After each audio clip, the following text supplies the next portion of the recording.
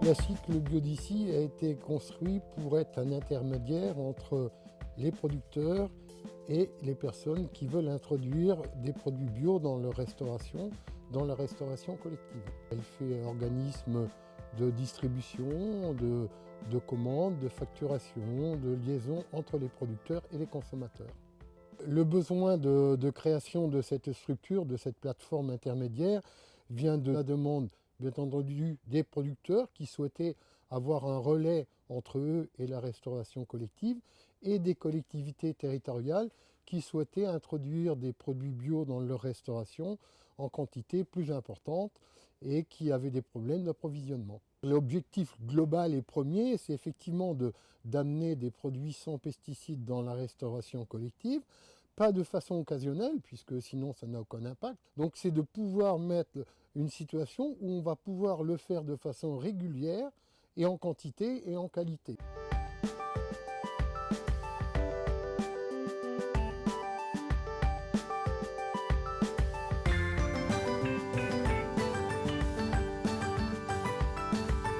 Le fait de rechercher dans le territoire des acteurs qui pouvaient entrer dans le projet, effectivement, nous a conduit à aller vers une association qui s'appelle Écoterie pour faire la logistique. Alors pour quelle raison? Parce que cette structure-là faisait déjà de la logistique sur le territoire.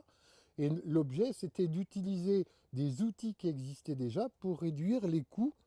Et donc, effectivement, d'aller vers des structures d'insertion nous semblait tout à fait logique. Ça permettait de faire des liens avec d'autres structures de l'économie sociale et solidaire, et eux de leur apporter de l'activité aussi, d'être complémentaires sur un territoire. Bon, ça va, là, t'as une petite semaine ce matin. Ouais.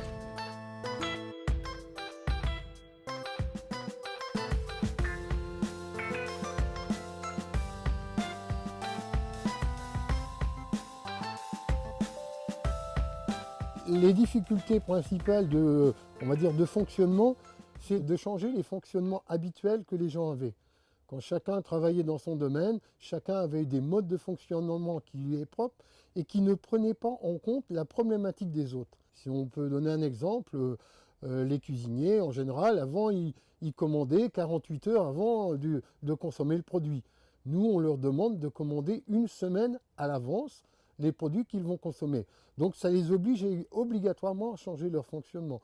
Les producteurs, de même, eux aussi, ils produisaient un produit, et après, ils essayaient de le vendre. Là, aujourd'hui, on leur demande de programmer le produit pour le produire à un moment bien précis, en quantité bien précise et avec une qualité bien précise. Donc ça demande effectivement à chacun de réfléchir à les problèmes des autres avant de faire son activité soi-même.